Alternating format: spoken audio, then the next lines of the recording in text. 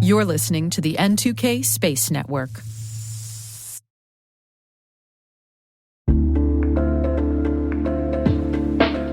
And now, a word from our sponsor, SpyCloud, the cybercrime analytics leader. SpyCloud disrupts cybercrime by telling you what criminals know about your business and your customers, so you can take action to prevent ransomware, session hijacking, account takeover, and online fraud. SpyCloud constantly recaptures and analyzes new data from the criminal underground, including credentials, session cookies, and PII siphoned from malware-infected devices. With knowledge of the specific exposed data criminals have in hand from InfoStealer malware on managed and unmanaged devices, security teams can respond with a more efficient and effective process called post-infection remediation that fits seamlessly into existing incident response frameworks. Get SpyCloud's post-infection remediation guide outlining the 7 steps for preventing a malware infection from becoming a full-blown ransomware incident. Visit spycloud.com/cyberwire. That's spycloud.com/cyberwire. And we thank SpyCloud for sponsoring our show.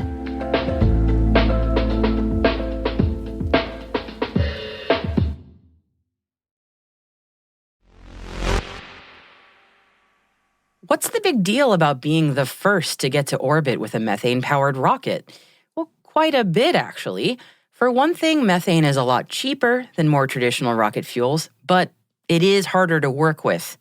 Making methane in rocketry work has been an engineering challenge many nations and companies have been racing to conquer. And yesterday, we officially got our winner, Landspace's Zhuchui 2. T-minus 20 seconds to LOS speed rest. Go for deploy. Roger roll. Today is July 12th, 2023. I'm Maria Varmazis, and this is T-minus.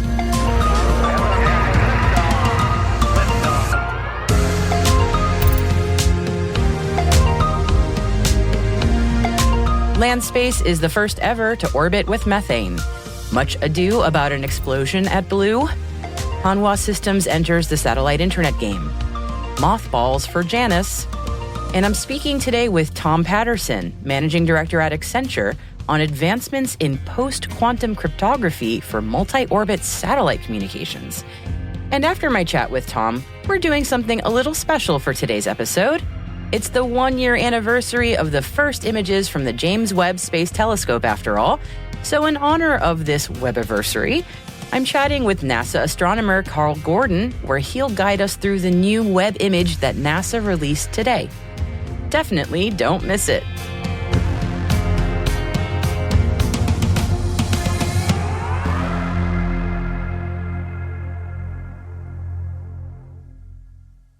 Now let's start off with our intel briefing for today. Now, as I mentioned at the top of the show, Landspace, a private commercial space company based in China, holds the title for first to orbit with a methane-powered rocket. The medium launch vehicle Zhuchui 2, which is powered by 4 Methalox or methane liquid oxygen engines, launched yesterday from the Jiuquan Space Launch Center, successfully making it to orbit on what was Landspace's second orbital attempt. Their first attempt was unsuccessful last December. Many companies have been trying to crack the Methalox nut. Certainly SpaceX has, as has Relativity Space, which made an orbital flight attempt with its successful Terran 1 launch earlier this year, but it didn't make it to orbit, unfortunately. Now, traditional rocket fuels aren't just terrible for the environment, they're bad for the wallet, too. Hugely expensive. And as companies are trying to continually drive the price of launches down while getting rocket reusability up, getting cheaper propellant to work for the rocket presents massive cost savings. Now, methane is a natural gas. I'm not saying it's great for the environment, but it's comparatively better, more so than traditional options anyway. And in terms of a balance sheet, it is a lot cheaper. Landspace's website says using Methalox propellant presents for them a 50 to 90% cost savings. No wonder companies are racing to make it work for them. In any case, a hearty congratulations to Landspace and the Zhuchui 2 for this historic first and making it happen with Methalox. And also out of China today, there's news that as the nation builds out lunar mission plans, they're adding a crewed 2-rocket moon landing to their ambitions. The official announcement is that China plans on sending 2 simultaneous missions to the moon by 2030, and the idea is that this dual rocket approach will circumvent the challenges of getting enough power to send a spacecraft to the moon with both humans and lunar landing gear on board at the same time. The proposed approach here is to send the lunar lander down first and humans afterward in 2 separate but coordinated rides. No super heavy lift needed, perhaps. It's a fascinating proposed approach, to be sure, and one we're definitely going to be keeping an eye on. And speaking of keeping an eye on things, if you've been keeping an eye on the headline news, you've probably heard a little bit about this one already.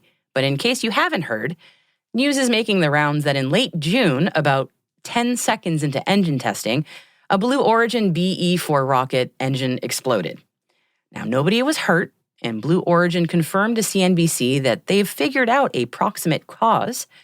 And according to people who've seen a video of the explosion, it not only decimated the engine being tested, but it also did quite a number on the test infrastructure as well. That engine, if it hadn't had a rapid unscheduled disassembly, was going to finish testing this month and then be part of ULA's second Vulcan rocket launch. So that's not happening anymore, clearly. But Blue Origin says they're going to stay on schedule for engine delivery commitments this year. And ULA seems like they're not sweating it either, apparently, telling CNBC that they're not concerned about the BE-4 engines already on its upcoming Vulcan CERT-1 mission, saying both onboard engines successfully passed acceptance testing. No, it's not great when something blows up, but that is testing for you. Better in testing than on the launch pad, that's for sure. Now let's take a look at new deals in space. Marine enforcement firm OceanMind has extended its agreement with Spire Global for automatic identification system vessel tracking data to identify suspected illegal fishing activities.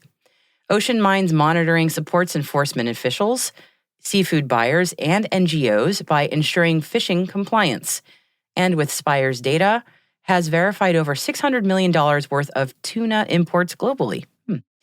Of note, this update comes 1 week after Hawkeye 360 announced a contract with the government of Australia to provide a similar service near the Pacific Islands. Hanwha Systems, the defense and communication technology unit of the Hanwha Group, has obtained a government license to operate as a satellite internet service provider.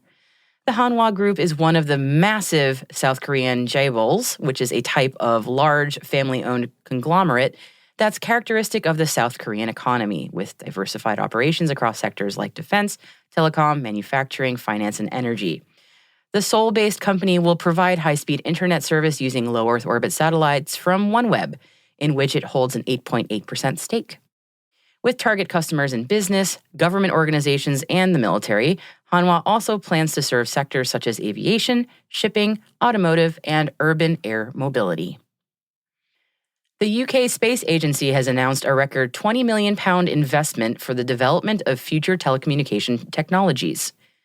The funds will provide dedicated connectivity for emergency services and bring internet access to rural areas through drones or high-altitude platforms. The initiative forms part of the European Space Agency's Advanced Research in Telecommunications Services program, underscoring the UK's commitment to space-based telecommunications and continued partnership with the EU after Brexit. The investment also supports the country's fast-growing satellite communications industry. NASA has officially mothballed the Janus mission due to a delayed launch and budgetary constraints after spending nearly $50 million on its development. Now, Janus was originally scheduled to study binary asteroids along with the Psyche spacecraft, but a launch delay caused by software testing issues on Psyche changed the position of Janus's target asteroids, making them unreachable. NASA considered repurposing Janus for other missions, like the asteroid Apophis, but dropped the project due to budget and priority constraints in light of the Mars Sample Return and Europa Clipper missions. The spacecraft are set for long-term storage.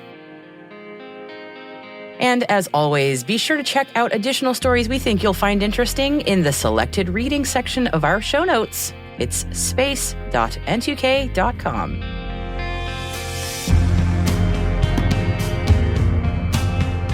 And that wraps it up for our Intel briefing for today.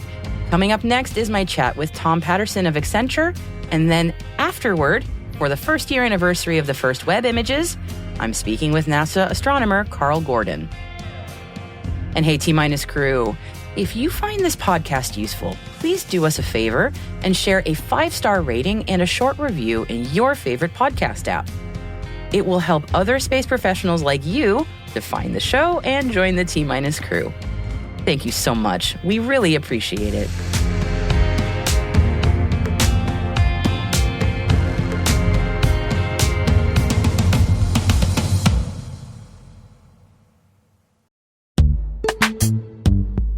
This episode is brought to you by Palo Alto Networks, the leader in cybersecurity. As AI-driven attacks increase, organizations can't afford to have network security that's stuck in the past. Discover how Palo Alto Networks can help you predict what's coming and proactively secure against it with a zero-trust, AI-powered network security platform built to secure whatever, whenever, wherever. To learn more, visit paloaltonetworks.com/network security platform.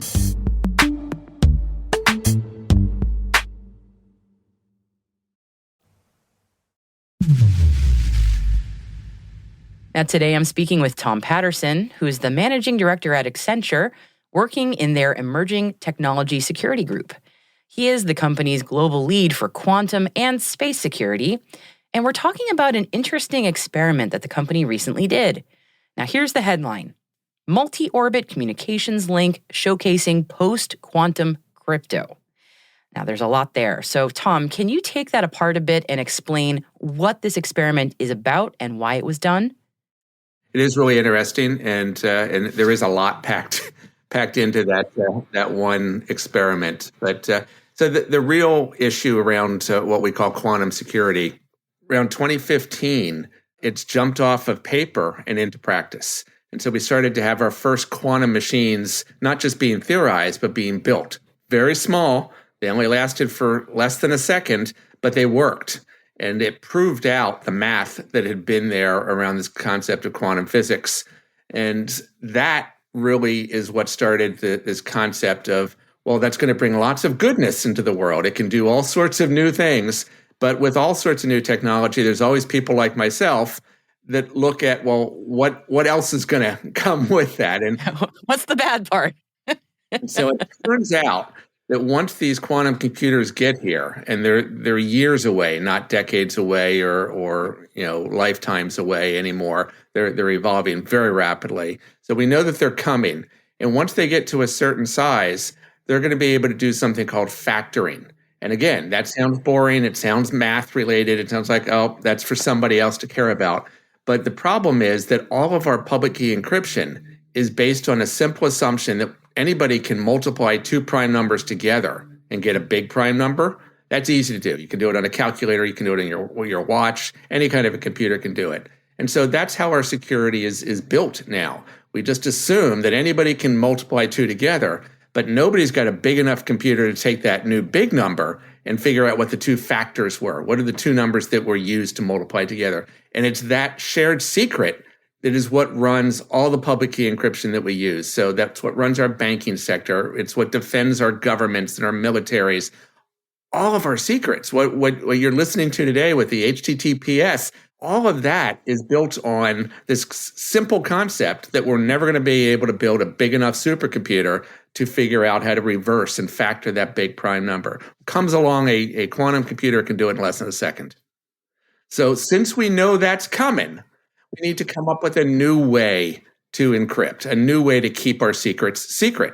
It doesn't require quantum physics. It just requires different math.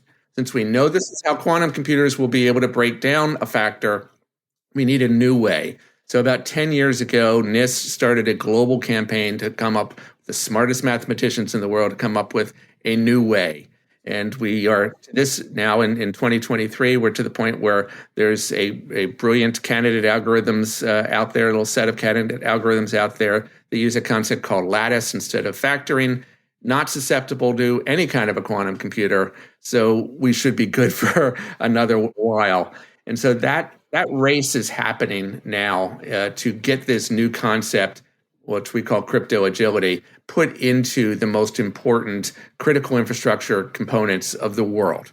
And one of those is space. And space has been overlooked for a long time from a security perspective because it was always one government talking to one satellite or one handful of satellites, and that's all we had. Right now we're about 5,000 satellites globally, circling the Earth, artificial satellites circling the Earth, which is a big number, and it took us decades to get to that number. Within 10 years, we'll have over 100,000 satellites. And most of these are going to be from small private companies, not giant governments.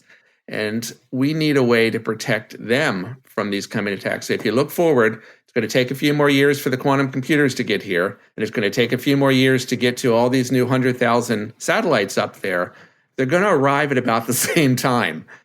So we want them to arrive in a way that's defensible. And that's what Accenture is really focused on. We have a group that is chartered to put cyber into space. And there's the term cyberspace has been bandied around a lot, but it doesn't generally talk about space. So we are putting cyber into space and are dedicated to go do that. And so the first experiment we did with post-quantum security was back in March. We did it with a great company called QSecure, which builds, we think, a really great, easy-to-use implementation of crypto agility. And this is where today, if there's a problem, you rotate the cryptographic key. So if someone stole your key, you pop in a new one. We know how to do that. That happens, millions of times a day all over the world. We know how to rotate keys. It's the algorithm that stays the same day in and day out. With crypto agility, we're now able to rotate the algorithms as easily as we can rotate the keys. And that's a new concept for people. Usually you put it in, you bake it in, and you forget about it.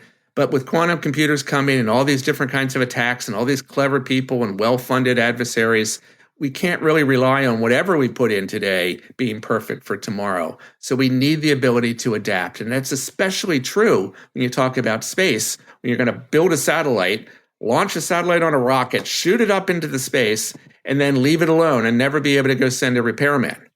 And so because of that, we need to make sure we get this right. So we demonstrated, along with QSecure, the concept of putting crypto agility into space, both at the low Earth orbit, which is where the bulk of these satellites will be, and what's called geosynchronous orbit, which is 22,000 plus miles up, that can sort of just hover over a location for its whole point. It rotates as the Earth rotates. And so with both of those satellites, kinds of satellites and orbits, it was really important to try and use crypto agility in all of space. And so what we did was we sent an encrypted message up, bounced it off an existing low Earth orbit communication satellite, and we then simulated a quantum attack. We just said, okay, let's flash forward a couple of years. There is a quantum computer that will be able to decrypt that message that you just sent, and we don't want that. It could be a war message, or it could be a secret business message. And so we then said, okay, simulate this attack, or this capabilities of an attack is here. So it then called up to the geosynchronous satellite above it and said, push me a new algorithm that's that's secure against this type of attack we just sensed. And it pushed down one of these new NIST algorithms, pushed it in, rotated the keys, rotated the algorithm, and then the message went on its way from one Accenture outpost in one part of the U.S. to another Accenture outpost in another part of the U.S. with no skip. Nothing was missed. And this was done in low Earth orbit and in geosynchronous orbit. And we did it for two reasons. One, this is going to be really important to have this capability in space, but also to demonstrate to those on Earth that haven't yet adopted crypto agility that however complex you think your enterprise is, it's not as hard as space is hard. It is, we say it all the time. has a lot of really absolutely unique difficulties that we have to overcome in space. And so we were able to push crypto agility into space and make it work seamlessly from one ground station to another. We can do this and are doing this with banks and with governments and transportation companies, manufacturing companies, all these groups on Earth that also really need the same kind of defense. I was wondering about the multi-orbit aspect of this, because that's the part where maybe you go, that's so cool. why multi-orbit? And you just explained it really well. So thank you. That was really neat. Yeah, so low Earth orbit is really cool, and it's going to change our world. The big push in space now is called sat to cell. So the next generation of cell phones will automatically be able to route your signal off of a low Earth orbit satellite. And that is because they're close enough where you don't need a giant satellite dish to communicate with them. You can do it with an antenna and a chip.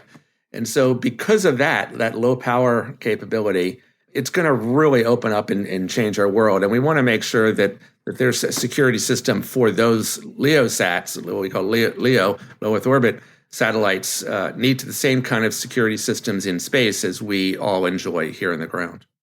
That's fantastic. And the resilience against data harvesting, that's also the other part that I hear about so much, where people are worried about all that data being gobbled up to be decrypted later. And it sounds like in this case, that threat essentially is neutralized or mitigated at least.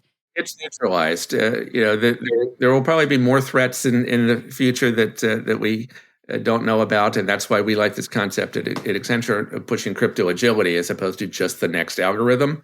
And so you make this change once, and then you don't have to worry about this problem going forward. But steal now, decrypt later, absolutely a problem. With groups, it's kind of easy to steal encrypted data because we don't guard it as much. We guard our open secrets, but we don't guard our encrypted data because we trust the encryption. And so we're in governments first, and now in all sorts of industries that have intellectual property or have embarrassing, things that they wouldn't want to get out, or their secret formula to their whatever. All of those kinds of secrets are just being, I say just, but they're being encrypted well by today's standards with just encryption. And that's what's getting stolen today. Yeah, and I'm curious, any thoughts around timeline for when we see more systems being sort of resilient in this way? Because as you said, it's years, not decades. I'm always curious to get people's take on how many years. Like, are we talking a decade, or how imminent are we talking here? Well, here's what I tell people, and this is the first question I get from boards of directors members. Every time. It doesn't matter what sector, what government, what country I'm in. It's always the same as when. What's the day? And there's a couple of fallacies with that question. Time is now. I mean, it doesn't take magic in order to defend against this. It's not like, we're jumping up and down and saying there's this new threat. There's nothing you can do about it. There's a sane and safe response. The trick is to understand two things. One, the threat is real and it affects you. And two, it does take a long time to change over your encryption. So you need to start early. If you do it before that headline, you pop it into your 5-year plan, and it's a well-managed, organized, efficient, cost-effective way that you just defend yourself as your fiduciary responsibility. If you wait for that headline to appear and then you call down to your team, you're going to be in scramble mode, and that's always less optimal, suboptimal. To say the least, yeah. Not a situation anyone enjoys being in, though. Tom, thank you so much. This was a fascinating conversation. I learned a ton. And as I said at the beginning, quantum is something that's hard for me to wrap my brain around, but you explained it so well that I feel like I understood some of that. So that's a big win in my book. So thank you so much. Don't be put off by what Einstein said in the 60s, that it was spooky. It's just scared too many people for too long. This makes sense. You can wrap your head around it, and you can take an action. So I was really happy to be here with you today and cover a lot of ground. There's a lot more coming.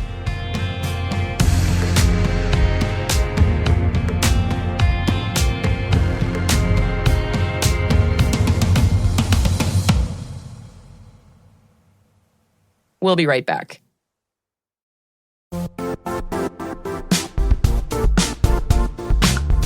Now, a word from our sponsor, the Johns Hopkins University Information Security Institute, currently seeking qualified applicants for its innovative Master of Science in Security Informatics degree program.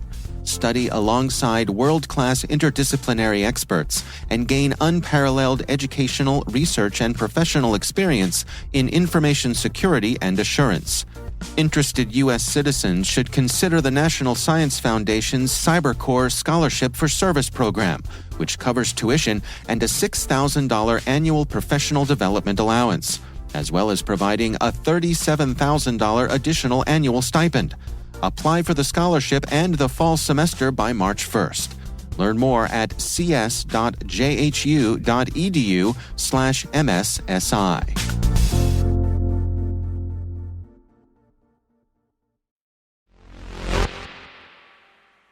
Welcome back. Now, 1 year ago today, the world was treated to the fantastic first images from NASA's largest and most powerful telescope, the James Webb Space Telescope.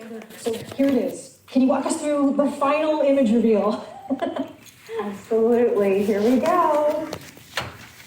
Oh, Tim. Oh, wow.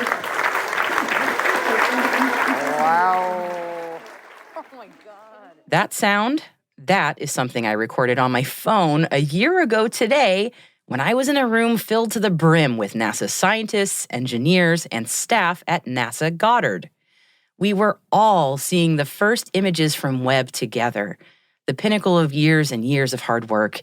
And that reaction was specifically to everyone seeing the colorful, powerful, dramatic, cosmic cliffs in the Carina Nebula, undoubtedly the most famous image of the first Webb images.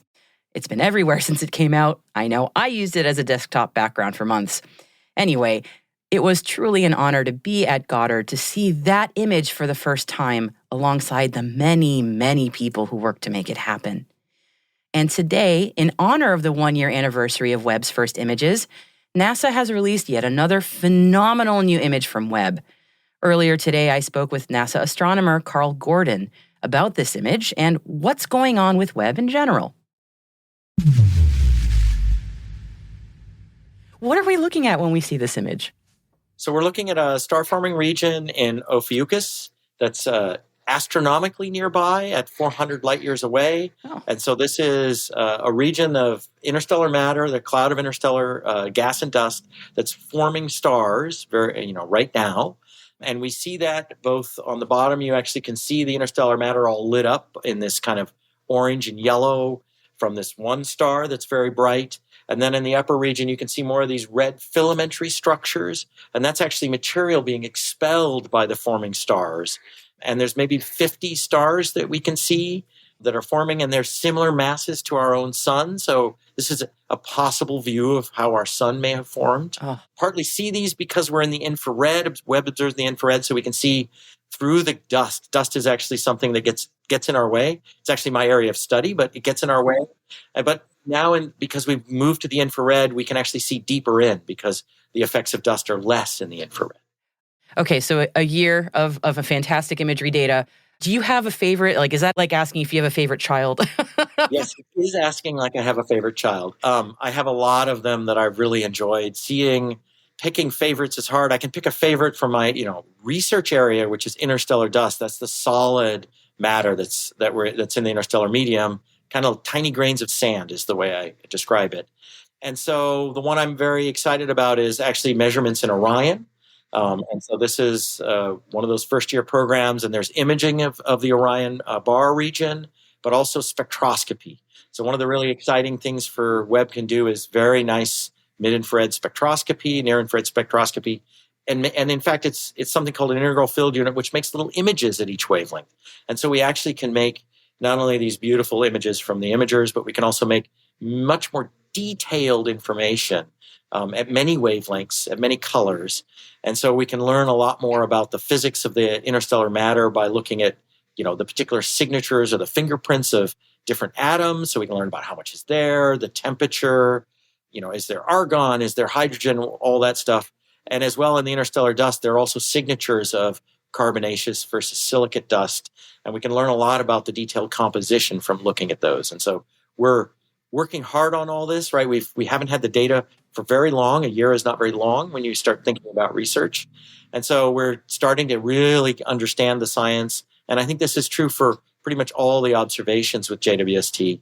If we only had a year's worth of JWST data or Webb data, we'd still be working on it 10 years from now.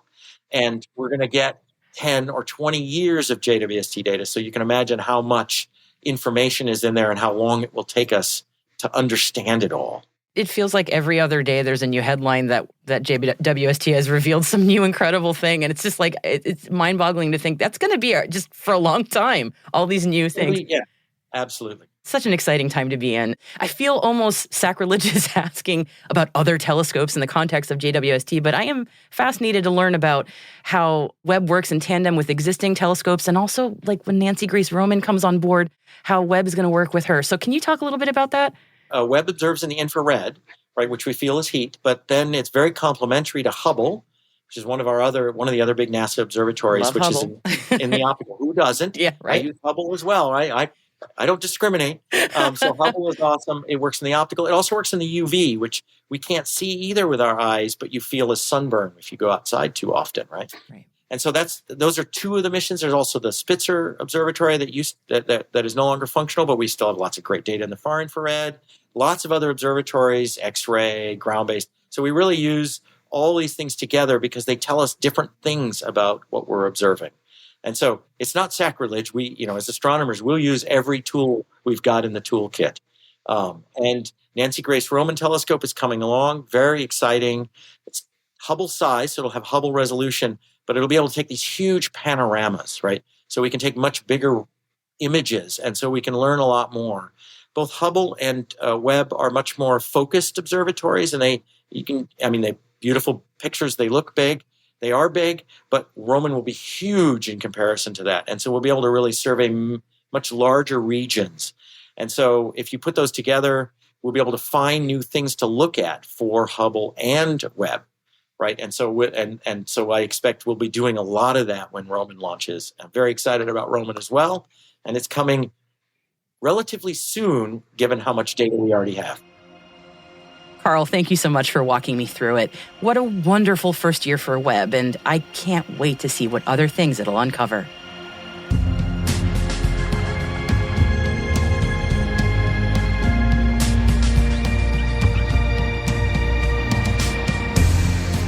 That's it for T-Minus for July 12th, 2023.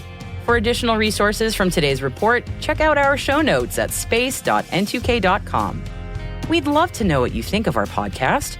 You can email us at space@n2k.com or submit the survey in the show notes. Your feedback ensures we deliver the information that keeps you a step ahead in the rapidly changing space industry. N2K Strategic Workforce Intelligence optimizes the value of your biggest investment, your people. We make you smarter about your team while making your team smarter. This episode was produced by Alice Carruth, mixing by Elliot Peltzman and Trey Hester, with original music and sound design by Elliot Peltzman. Our executive producer is Brandon Karpf. Our chief intelligence officer is Eric Tillman. And I'm Maria Varmazis. Thanks for listening. We'll see you tomorrow.